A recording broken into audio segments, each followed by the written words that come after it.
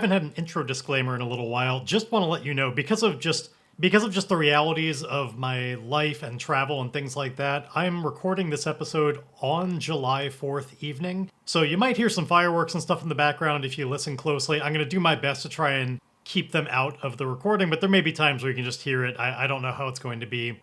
We'll find out together. Anyway, enjoy the show.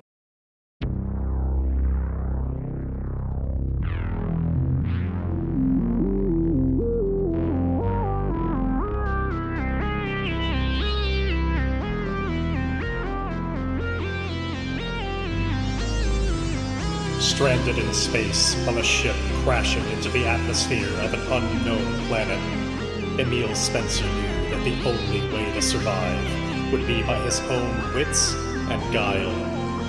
He vowed that somehow he would find and slay the titanic cosmic beast that put him in this predicament, VY572. With every installment, we follow Emile's explorations and discoveries on this journey of revenge against all odds. I'm Midnight Jester, and this is the Left Behind Starforge series. We're going to do this all a little bit differently today. Now that we've spent 12 sessions with Emile doing a pretty consequential quest that had all of its own kind of side paths and everything like that, we're going to take a bit of a step back and actually do a little bit of world building. I'm not going to play Emile at all today. Instead, we're going to look forward a little bit at what is ahead. I mentioned at the end of last time that as a result of Emile's new vow about making amends to the people of Concord with the gift of a power core and just things in general, we talked about how there is another location in this sector. I don't recall if I said its name or not, but I generated a little bit about it back when I first developed this sector at the very, very beginning of the game, which was not a recorded thing. You didn't miss it. Or, well, I suppose you did miss it entirely, but you're not forgetting it. The name of the place is called Hyperion, and I want to develop a little bit more about it because I had some very broad stroke ideas about it, but knowing that that wasn't where the game was going to be starting, I figured it wasn't that important to iron out that much about it. We're going to develop Hyperion a little bit more. We're also going to we're going to give Emile a contact on Hyperion, and we're going to figure out a little bit more about who that person is. We're going to generate that live today. I don't have any thoughts on it. We're going to do some random rolls and see what happens. And then I'm actually going to borrow a few mechanics from Delve. Now, Delve, if you're not aware, is a supplemental addition to the original Ironsworn game. It technically does not go with Starforged itself. It came out beforehand, but it does have some extra moves that are some interesting ideas, and specifically we're going to get into two of them today.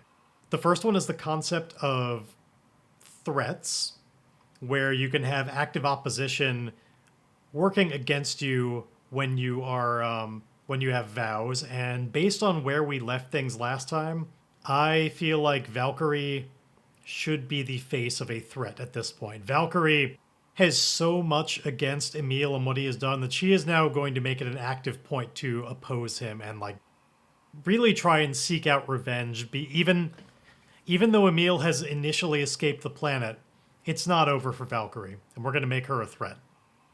And then the second one that'll have a little bit less of an impact, but it's going to be relevant for this immediate period right now, is the downtime option. You can take a hiatus, which I'm going to maybe it's a little bit of rewriting, but we're going to consider right now where Emile is just finally feeling safe and recovering in orbit around Cinder. We're going to full on have Emile take a hiatus up there, and we'll get to that in a moment. If you don't want this kind of more world building stuff that's not directly going to advance the story, but is a little bit more behind the curtain, if that's not interesting to you, you may want to skip this episode. The next one, I will be back to the traditional kind of format, but we're going to do a little bit of a kind of GM session. I know in this game, the player is the GM. I'm doing a solo game, so I'm doing every role, but this one's going to be a lot more focused on the outside of the narrative kind of stuff. So again, if that doesn't interest you, that is totally fine, but that's what we're going to be doing this time. I encourage you to skip to the next one if that's not what you're into. So first things first, let me tell you what I've already developed about Hyperion. Now, it's not a lot, but these are some of the things that I randomly generated about Hyperion when I was making this starting sector. First of all, it also has a population in the hundreds. I arbitrarily determined that population would be 955. Larger than the people of Concord back on Cinder, but not by a huge amount. This one is a deep space settlement, so it's not in orbit around anything, it's not on surface of anything, it's just its own settlement in the middle of deep space. It's exactly what it sounds like. I determined that it has ineffectual authority. It has a couple of projects going on that are in the name of spirituality and shipbuilding. And that's all I've determined up until this point. Now, I do have some initial thoughts about what some of that could mean. The first one that I'd had when I first was making this sector, I'm less into now. I'm going to be modifying a little bit, but the very first thought I had was maybe this is a ship that has been built to have a religious group of people. They're in search of the gates of heaven. They think it's out in space somewhere. And so they have this ship that kind of just goes all across galaxies looking for the gates of heaven, and they're constantly having to make repairs and stuff. I'm gonna do an idea that takes aspects of that, but I don't love it anymore. But even at the time I wrote it as just initial thoughts. It wasn't a solid thing. My new idea on it is, because we talked about last time how Emile had heard of this ship before. He'd heard of the Hyperion, and that's why he knew it would be a valid destination to go to. And presumably he knows that he's got a connection on board. I like the idea as this kind of it's still a ship. It's this large, it kind of toes the line between ship and space station. I think it might be more beneficial to think of it as a traveling space station. It's not really moored in any one sector. For now, it is here in this one. But I think the spirituality aspect of it is, this is a station that is filled with people that the broad belief there, maybe it's not quite spirituality in a literal religious sense, but there is an ethos in the people that live here that's it's a strict adherence to neutrality, in that they will give safe harbor and sanctuary to any groups here. They will repair any ships here. I think they still have a lot of focus on shipbuilding. They make some amount of their economy. Their economy is somewhat based on how there are a lot of people here that know a lot of things about modifying and repairing ships, and they don't judge as long as it's a non-violent place in theory. If you start being violent there, then they're going to ask you to leave. And I don't know to what degree they have the ability to enforce. In fact, actually, we do know they have ineffectual authority. And I think that's, in this case, not about their authority over their members exactly, so much as they definitely don't have the authority to actually, if they want you to leave, they don't have a lot of, they're ineffectual at making that happen. They can't really exert their authority on outsiders at all. It's really on the honor system. It's all based on the faith that because they're so nice to everybody else, of course nobody's going to take advantage of that, and they'll leave if they're asked to. They probably haven't been especially tested on this in the past. And so I don't think they have a strong security force or anything to really get people to leave who don't want to. Maybe their thoughts on this kind of strict adherence to neutrality, it's a little bit of a worldview that they don't have a hierarchical worldview. They don't see any population as being better or worse than others, and it extends to the individual level. They don't like making hierarchies there, and as a result, nobody is really in charge. It's a very anarchist kind of setup there, and broadly speaking, it's been working because it's a small enough population of people, and they all are pointed towards the same kind of agenda and goals. Obviously, there are individuals there that probably have beef with other individuals. There are conflicts that come up, but on the macro level of the society, things have been going smoothly enough. But when there are challenges to the broad population, that's where you really see the ineffectual nature of the authority, where they can't really they can't really muster the whole population towards any one goal or another. You can get individuals to help you, and they'd probably be pretty good, generally speaking, at like getting a lot of people to work on like a shipbuilding project. Like they're good at that. But if you work outside those parameters, they're not, they can't really keep up with it because there's nobody in charge. And yeah, I want to develop a little bit more about, because this is this place that Emile has heard of before. I think it's fair that we have a little bit more of a pre-understanding of kind of what's going on there, and maybe a little bit of the history of it and stuff. So we're going to do some oracles to figure out, like, how did this place come to be? You know, how does this society form? Was it always that way?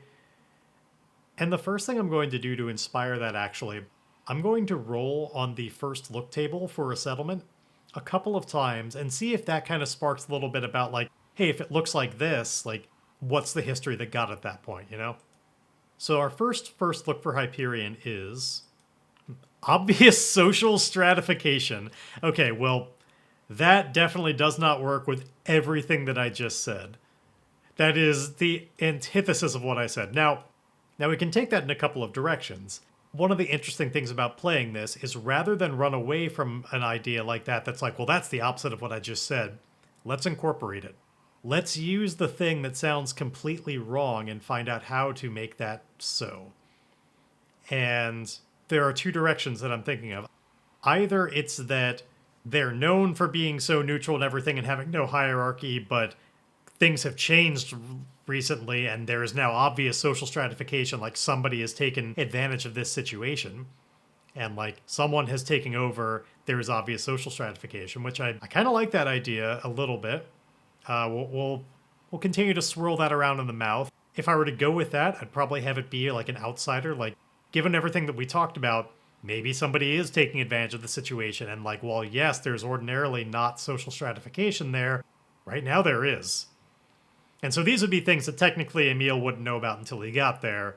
But hey, this is what the pre-planning is all about. Prep is play and all that.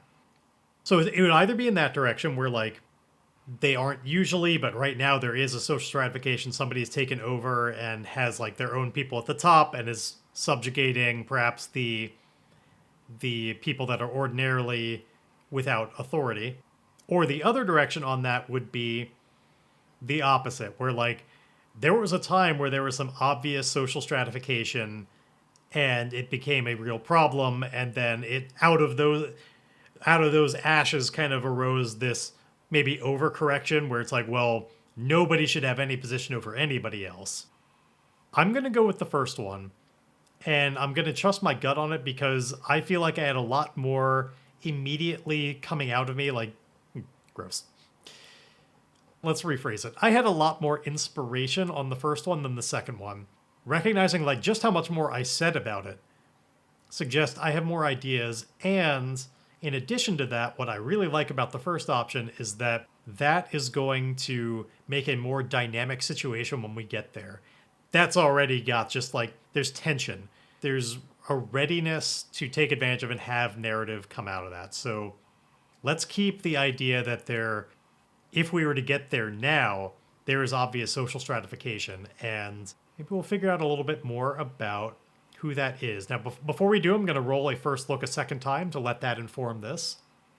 This time it wants me to roll descriptor and focus, so let's do that. Ancient wreckage. Now that's really neat. So something about this situation.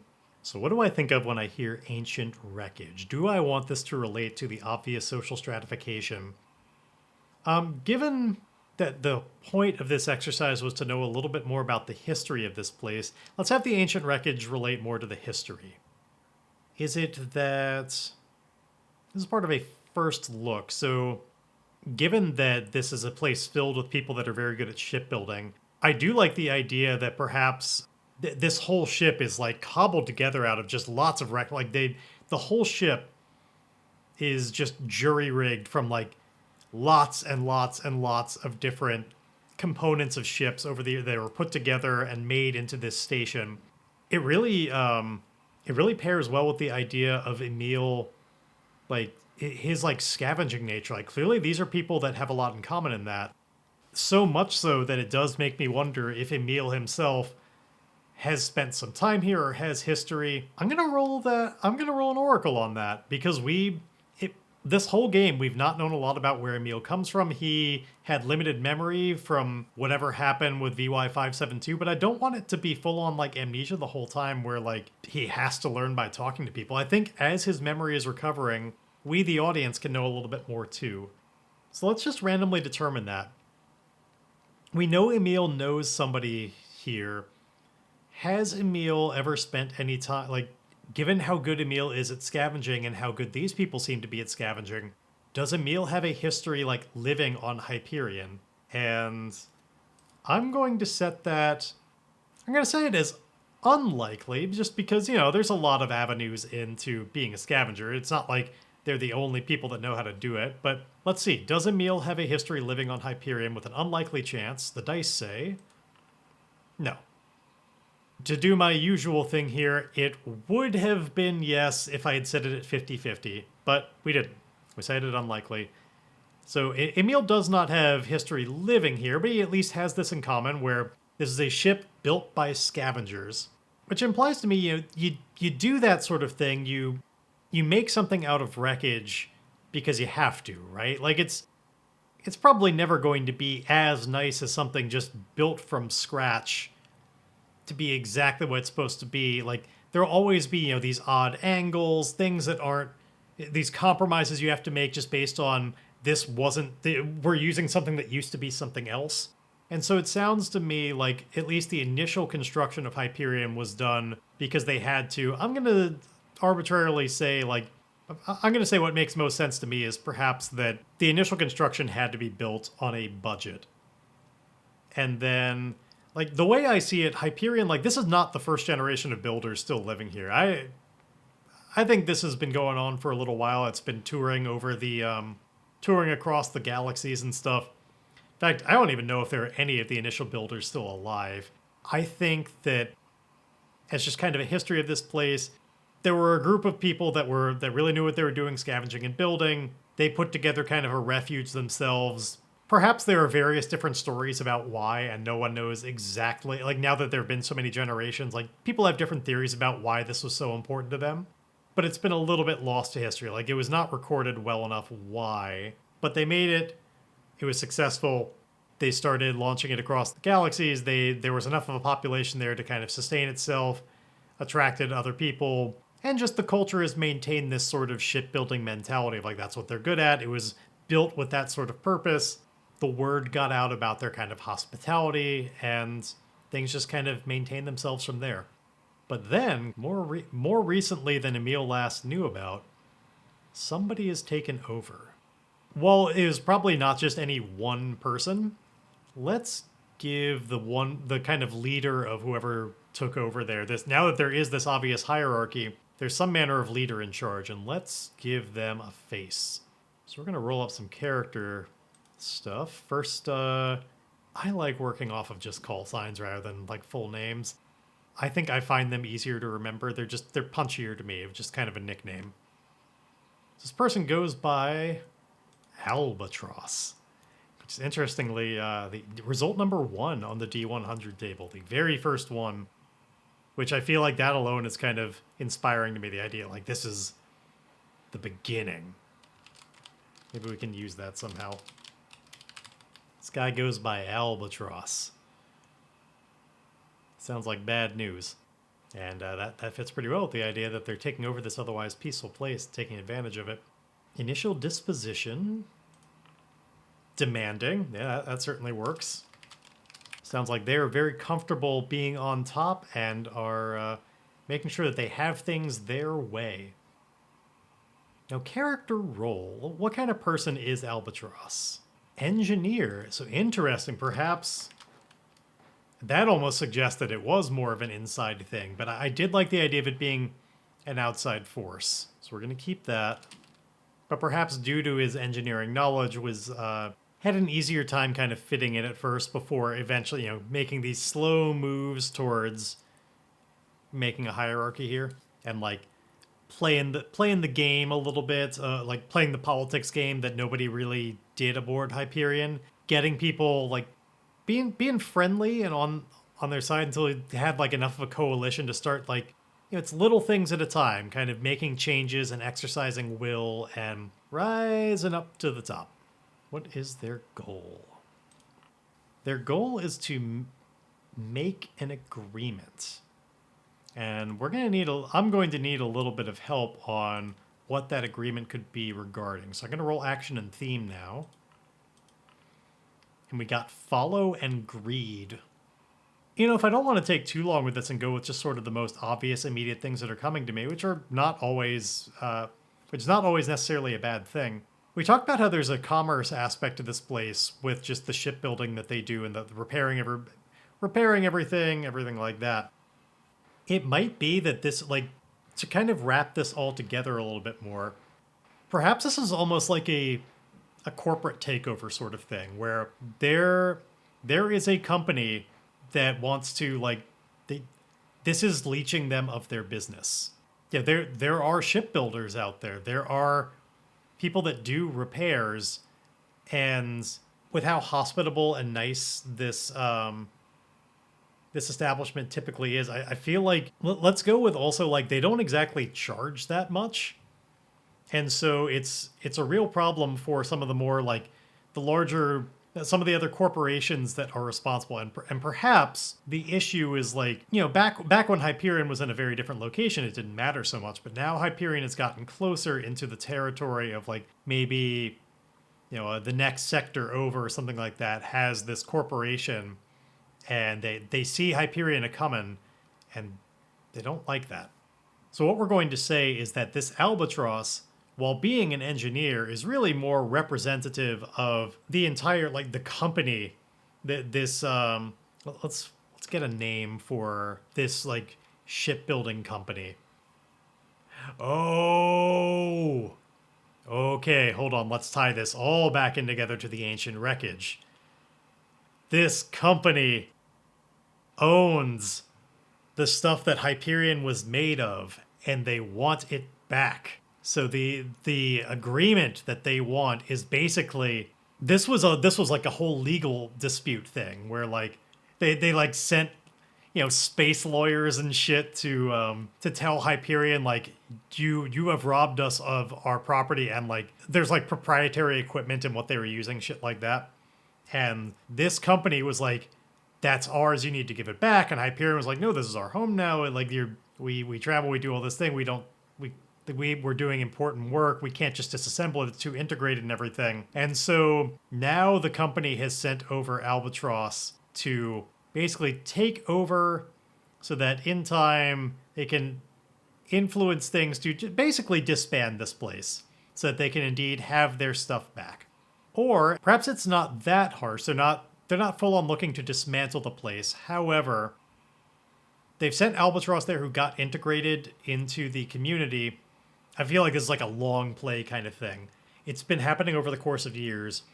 Albatross became a member of the community as an insider for this corporation who has been slowly kind of getting more and more well known until they could get the float to the top and like basically make a top to float to. And the agenda is get Hyperion to sign on to be part of this corporation. And so I imagine there are a lot of people that don't want this. It's not legally official yet. Hyperion is not legally in ownership. It's a bit of a legal dispute as far as the components, but this as a settlement is not a branch of this company. However, Albatross wants to make that the case and is like pushing people towards making it happen. I think already there's a bit of a corporate culture that's taken over that's responsible for this stratification. Let's give this corporation a name. I'm going to roll descriptor to inspire it. So we don't really have a good like corpo name generator here, but let's see. The descriptor is ensnaring. That makes me think of a lasso. Perhaps somebody has the name like Lassiter or something like that. But let's just go with the simple, just Laztech. Lass, Lastech, or Lassatech. No, Lastech. Okay. I think I have all the pieces now. We're gonna undo a little bit of what we said, but I've got this smoothed into how this all works together. So the storyline is this corporation, Last Tech. They do a lot of starship building and everything like that. They find out that Hyperion was built out of pieces of proprietary technology, and they want it back. They might have some secret stuff in there, which maybe Hyperion has. Maybe they found out about these corporate secrets, maybe not. But it's all integrated in. Like they have worries that Hyperion might even be using some of their proprietary technology in order to advance their own business. It's a real problem. They send a whole cease and desist to Hyperion. Hyperion argues back that like no, I mean I don't think Hyperion exactly has a big legal front, but they certainly don't respect it as a like, well, we don't have to do this. This is our home. We made our own thing out of it. Like it was discarded technology. Like it wasn't disposed of. Perhaps it wasn't disposed of correctly. But we can't be expected we can't be expected to just entirely dismantle our home. And so they reject the cease and desist. So Last Tech decides that what they're going to do then is just start. They send a front full of people from the corporation to be there. Perhaps the stratification is not out of a hierarchy yet. It's just that a lot of the people there are the people that live there, and a lot of the people there are like legal team and people that are pressuring the community into like basically a buyout where Last Tech wants to own Hyperion so that they don't have to dismantle it or anything, but all the profits will go to them.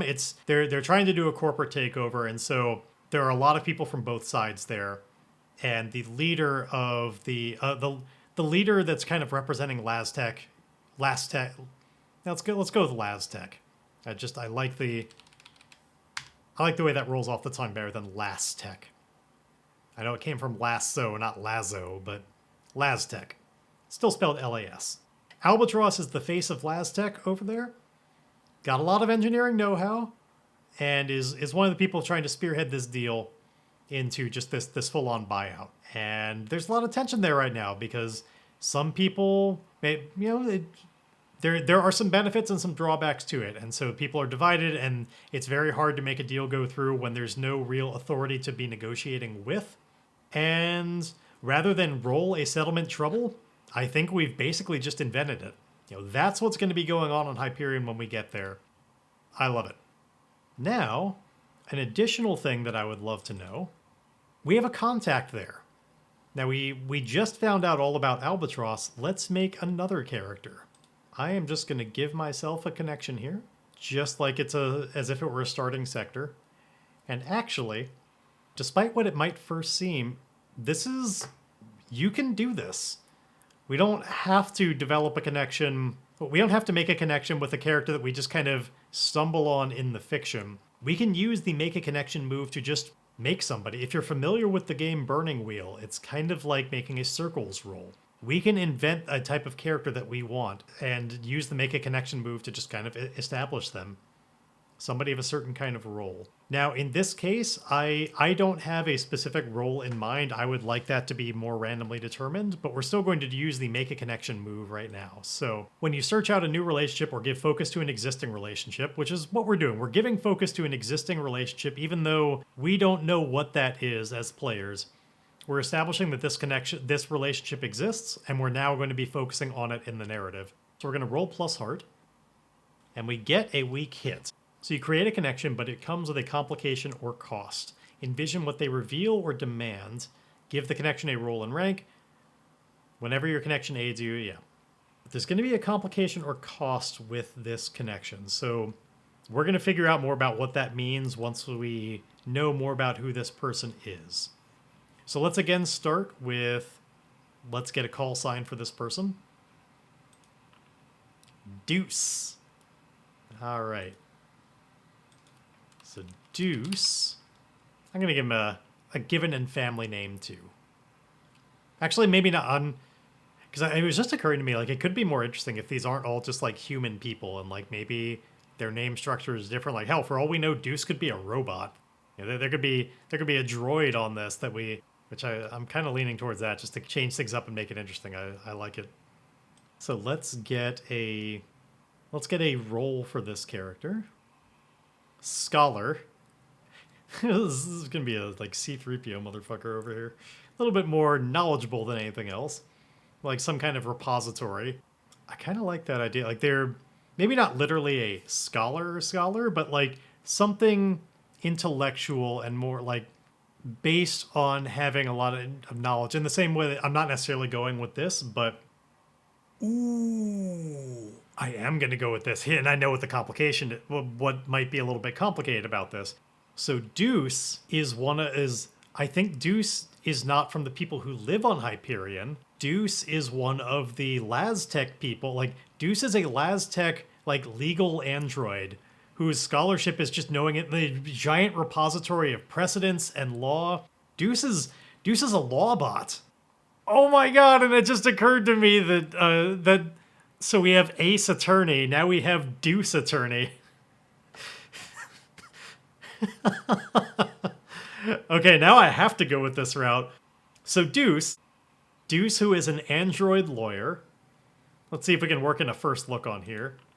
Poised. Okay, yeah. I think despite having like a metal body and like wears a suit and like has the law garb and everything, like this is an android that could go to court. I don't think that they like. I think you can tell. It's not like they're a bio. It's not like you would mistake them for a person. It's clearly, a very clearly like metal frame, but like they wear clothes and like stylish, expensive clothes at that.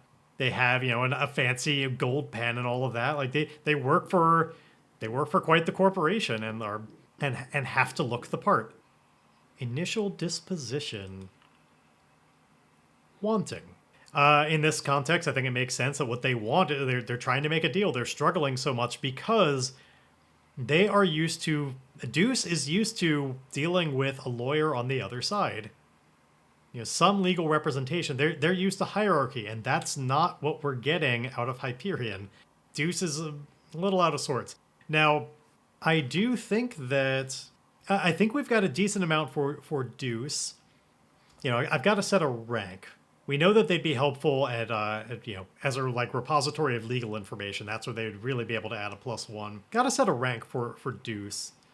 It's probably going to be on the lower end. Based on what we've determined, I don't feel like they're going to have a huge impact on the game. And, at best, we're looking at a dangerous one, maybe even troublesome.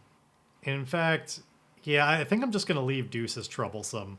They've got a lot of information, but only have so much influence on the world.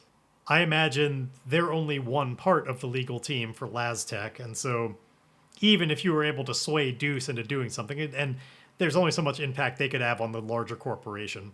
So Deuce is a troublesome force, but is here.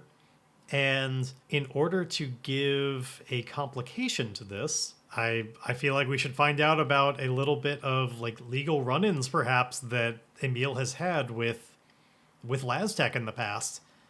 Or maybe not even with Laztec, but just because Deuce has such a repository of precedent and everything, Deuce knows about Emile's troublesome history with fill in the blank, and let's fill in that blank.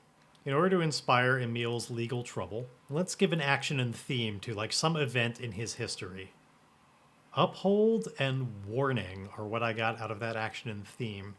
I'm also going to roll a goal to get an idea of like what was this in service of. The goal was repair a technology. Makes sense given that in particular Deuce would be focused on Laztec related things and they're a tech company. And of course Emile is so well versed in tech. Oh, I suppose let's go with the easy route. Emile has so much history in tech, he knows what he's doing. Emile has history with Laztec. Okay. I don't know exactly how uphold and warning come from. So it's not that he had legal trouble exactly. It's just that I think Emile left Laztec on not the strongest of terms. There was let's see, how do we want to interpret uphold and warning? Like, what has he specifically been warned against, or what has he warned them about? Where's the warning coming from? Oh, maybe... Okay, so maybe Emile was like trying to be a little bit of a whistleblower on if we inspire this by like Boeing or something like that. maybe some of the ships that Laztec was making, or components of them, had like some fundamental flaws in them. Emile's the one that's trying to tell them like, hey, one shot down this porthole in the Death Star and it all goes. It's a big problem. I think that Emile did not do enough shutting up about this fundamental flaw that they had in one of the things that they were making, but it was part of a big, marketing campaign that they were doing for like some kind of Imperium-based ship. And Emile was a little bit too public about it, got warned, and like basically asked to resign. I think a lot of the people at Laztec wouldn't know about it, but Deuce has all the information there.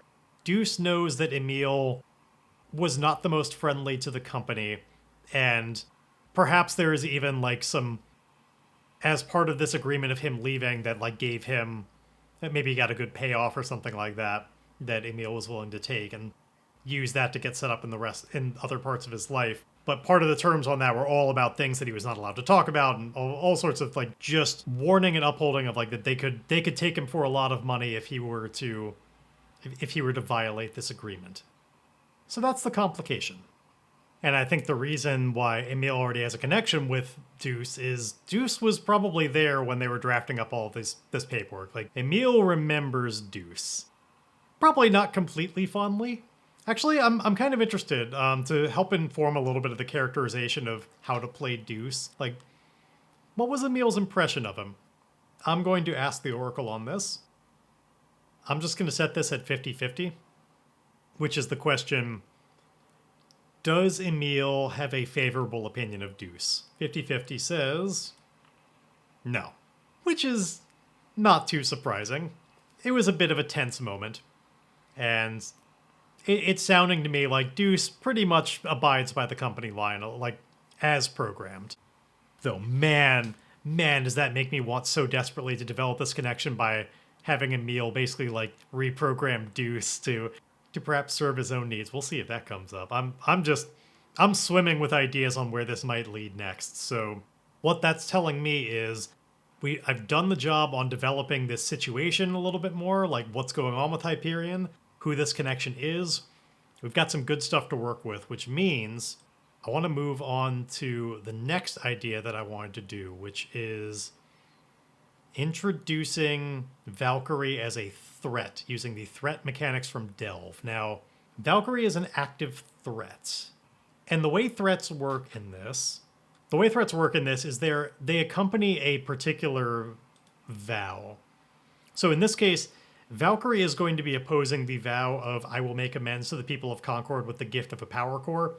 Valkyrie does not want that to be the case. Now, I don't think Valkyrie specifically knows that Emile is trying to make amends, but certainly wouldn't want that. Like, Valkyrie just wants him dead.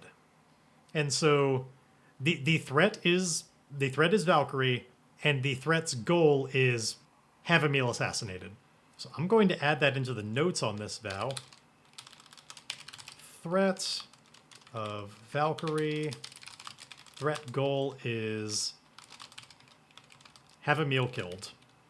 Or let's put it at have Emile killed in service of revenge. Now, if you're not familiar with Delve, basically what's going to happen is Valkyrie's threat is going to be filling up her own clock, where it's going to fill in boxes on this track. And if it ever fills up all the way, like, Valkyrie just wins. Which, in this sense, having Emile killed would be a very big problem. Now, when does that happen? So it's kind of like working with a clock. In fact, I am going to make, just for the purposes of what I'm using here, I'm going to make a 10-segment clock on here to keep track of it, because that's ordinarily on a Delve sheet that you'd like fill in the corner of the box on the vow, but since what I'm using right now is not set up for Delve, I'm just going to make a 10-segment clock. Also, the book's guidance is that you only put a threat on a formidable or extreme vow. So I'm actually going to, while I'm in here making changes, I'm actually going to set this vow as formidable now. It had been dangerous, but that won't really give enough time for the threat to be threatening. So we're going to bump that up to formidable and give it a little bit more focus to this idea of trying to make amends. And hopefully doing it before Valkyrie fills in her track. Now, this gets filled in. There are 3 triggers for it. 2 of them are basically like, you're taking too long. One of those is when I ignore a situation or deal with more pressing matters. So if I'm dealing with things that have nothing to do with making amends, time is going to pass and Valkyrie is going to make moves towards having me killed because I haven't made amends. The other related one is when time passes, just in general. Like if I undertake lengthy expeditions or recover from my adventures, which that's going to come up in a moment because I am indeed going to use the downtime mechanic and we're going to advance this threat. Now, the third way is when I fail in a critical moment when opposing some aspect of the threat or create an opportunity for the threat. So if, for instance, Valkyrie ever sends some people after me and I oppose them and when I'm going up against her agenda and I fail, or if I'm doing something that just gives her a good opportunity, we're also going to advance this track. Now, all this is very subjective. It's just going to be up to me when it counts and when it doesn't, but that's okay. I feel like I know how much pressure or not I want to put on certain things. So that's her agenda, just have me killed to have revenge for just everything that happens. And now that we know that she is the active threat on that vow, we're going to do kind of one final thing here in this sort of more in this more GM session. Emile was in really bad shape where we've left off. Yeah, he healed himself a little bit in the med bay, but his spirit is still 0, his supply is down to 1, his health is all the way at 2, is only 2. He is not well equipped for a situation, and it's just been so harrowing and everything. He still has the shaken misfortune, like it's pretty bad right now. And so I think that he would indeed just take a lot of time to recover just in orbit around the planet. I think this ship is well enough stocked that he's able to do it. He takes his time hanging out with Fern, conversing about things, getting a sense of what they're going to do, treating injuries, maybe doing some small runs to very different parts of Cinder to just like scavenge up some more supplies, things very far, like opposite side of the planet from where Valkyrie is and everything, so that hopefully she does not have any awareness of it and like can't oppose it in any kind of way, to restock and resupply. And this takes a long time, long enough that we're going to do the take a hiatus move. So when you spend an extended time recovering in a safe place while a threat is active, and we have a threat now, do any of the following. I can clear any marked conditions. So we're going to clear Shaken. He has time to recover from that. Set your health, spirit, supply, and companion health to their maximum values. So if Fern had a tracker on health, Fern is also recovering after being shot. So I'm going to set my health to 5, spirit to 5, supply back up to 5. Fern is fully recovered. And I set my momentum to its reset value, which unfortunately my momentum was all the way at 6, but this is still going to be worth it, especially now that our reset is back to 2 and not down to 1. Then, for each active threat, advance a threat. So this is kind of cool. The way advance a threat works is when you give ground to a threat through inaction, failure, or delay, in this case delay, roll on the table below and envision how the change manifests in your world. So we got a D100 roll that we're going to do right now. And I roll a 28, which on this table is the threat readies its next step or a new danger looms. If you are in a position to prevent this development, you may attempt to do so. If you succeed, reach a milestone. Otherwise, mark menace. So I think the way this best makes sense is that what would Valkyrie's next move be? Now, clearly, I think Valkyrie would be sending out a radio signal. Valkyrie has decided that this is all worth it. There's no need to be silent anymore. That society is not going to follow along with the ways of Sage and just try and keep this utter quiet. Maybe culturally, they would still maintain that kind of sign language and everything. But at the very least, she is willing to risk sending out a radio broadcast to other comrades in the of the Vault Hunters that are out and about across different sectors and everything. And while maybe Emile could do something about that, could like maybe try and like intercept and scramble the signal before it reaches like a relay or something like that, for a variety of reasons, the most chief among them being that I like the idea of other forces that are a little bit like Valkyrie is a little bit too stranded on Cinder right now to be a big threat. I think that the bigger threat is indeed Valkyrie's influence over the people out in the rest of the galaxy. And so I don't want to oppose this. I'm going to mark Menace. This signal gets out there, and perhaps, to set a little bit of a vignette, it gets boosted around almost like the Twilight Bark in 101 Dalmatians. It starts from, it hits a relay station that perhaps is in orbit, and then gets broadcast from there on a bit of a routine. And I think Emile does pick it up. Emile does hear this and knows that this is a problem, but isn't able to stop it. He hears this announcement. Why don't we make it in code? So maybe he doesn't know exactly what it means, but Emile hears this coded announcement and is able to determine that it definitely came from the surface of the planet, and he's able to guess that it's from the people of Concord. I don't think he has deciphered it yet, or maybe he hasn't even chosen to, but he probably recorded it. But there is this broadcast that is in code. It's kind of like a Morse code kind of thing, but some pattern he hasn't deciphered. Goes out. We see it reaching all these various people. These people on different ships. We don't know exactly where they are, but they pass it around. We see these people in radio rooms that are marking down, writing down this code in the raw form, deciphering it, delivering information to ship captains and stuff. Let's do it like this. Perhaps the main message is actually a plea for help. Like, as long as if they're making this broadcast to begin with, they're taking on risks. These are still fugitives. They're reaching out to other people that are in the organization. They're asking for help. They need their power core to be able to set up the kind of the dome that they wanted to block over and be able to hide better. So it's a bit of an SOS declaring what they need on the planet. They need their own power core. And in addition to that, they mark Emile as an enemy of the organization. It catalogs what Emile did as far as setting off the bomb and everything. And I'm afraid at this moment, if you previously skipped over the spoiler part where I was like, what happened to Sage? Did Sage live? Did Sage die? This is the moment where it comes out in the message. Emile still does not know this, but the message says, murdered Sage, attacked our people, stole our ship. All this catalog of things gives a description of him, gives a description of the ship that they know he took, all the information they need to do that, and puts out basically a bounty on his head. I think, so the way this works as far as the Vault Hunters, they're not one unified organization.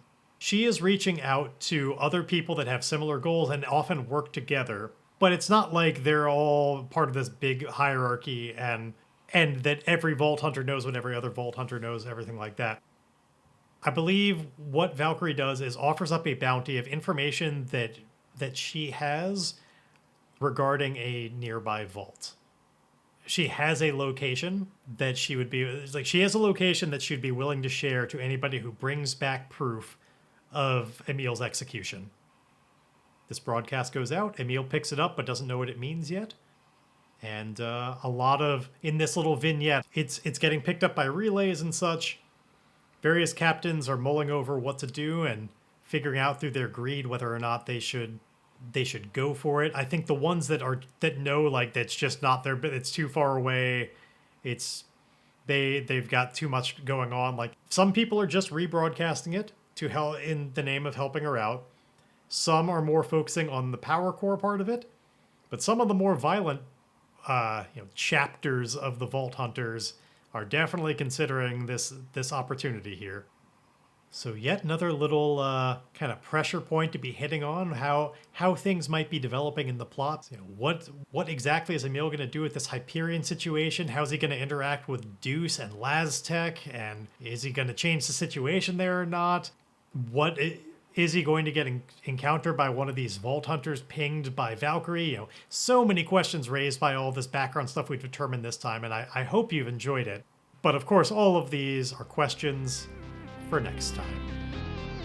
I really hope you enjoyed this one. I know it was definitely shaking things up a little bit, and if you made it all the way to the end, it sounds like you didn't hate it, at least not enough to turn it all off.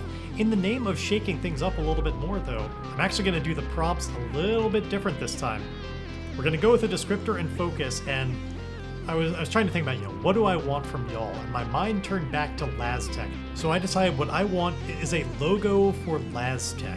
Now, if you have artistic talents, I would love to see this, but even if you don't, I just want you to describe to me what it looks like based on these two prompts. So, corporate logo for LazTech based on the descriptor and focus of Forgotten and Habitat.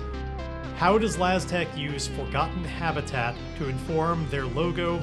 Again, I would love to see it if you have any artistic talents, but I would also love to just hear about it. So use your creativity and let me know what is LazTech's logo. And definitely, if you do actually make one, I am 100% going to share it in the show notes. And there's no way I'm not going to share it with the rest of the world. So send your ideas to starforgedpod@gmail.com. Same place you send anything related to the podcast. Or not related to the podcast. I just love hearing from you. Next week, we will be back to a more regular style episode. We're going to jump back in with Emile and figure out what he's going to do with all that stuff. But I do think it's cool to every once in a while shake it up, and this may not be the last time. I really had a lot of fun doing this more just prep kind of stuff and going in less by the seat of the pants and knowing, like, this is what's coming up for us. So let me know if you liked it or didn't like it. Do you want more of these? Do you want them to never happen again? Do let me know. Once again, starforgedpod@gmail.com would be a great place to do it. Or in the comments below this episode, another great place. But I guess that's all, so play me out, music.